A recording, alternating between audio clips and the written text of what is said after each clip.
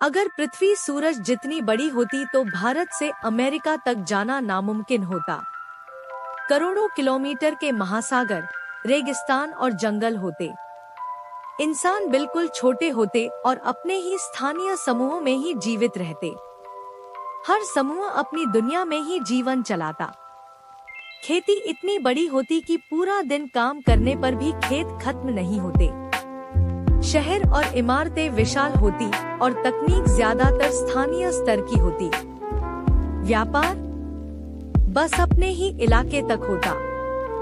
संचार के लिए रॉकेट्स का इस्तेमाल होता और महीनों लग जाते। वैश्विक सभ्यता व्यावहारिक रूप से असंभव होती। अगर ऐसा होता तो प्रकृति भी अनुकूल होती। जंगलों और महासागरों में नए प्राणी विकसित होते। विशाल शाकाहारी, उड़ने वाले शिकारी और समुद्र के दिग्गज जीव। इंसान ज्यादातर जीवित रहते और उनके आसपास कथाएं और कहानियां बनती। अगर अपराध होते तो स्थानीय अपराध हल हो जाते। लेकिन अगर कोई अपराधी अपने समूह से भाग जाता तो पकड़ना लगभग असंभव होता। रॉकेट से पीछा करना संभव होता, लेकिन ऊर्जा और समय बहुत खर्च होता। न्याय ज्यादातर स्थानीय ही होता। अगर तकनीक होती भी तो भी वह भौतिकी के नियमों के भीतर ही काम करती। उपग्रह और सिग्नल धीमे होते।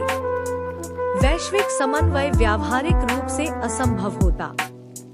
भौतिकी ही सभी सीमाएं तय करती। अगर इंसान सामान्य आकार के होते और पृथ्वी विशाल होती तो अहंकार और महत्वाकांक्षा स्थानीय समूहों के लिए सिकुड़ जाती।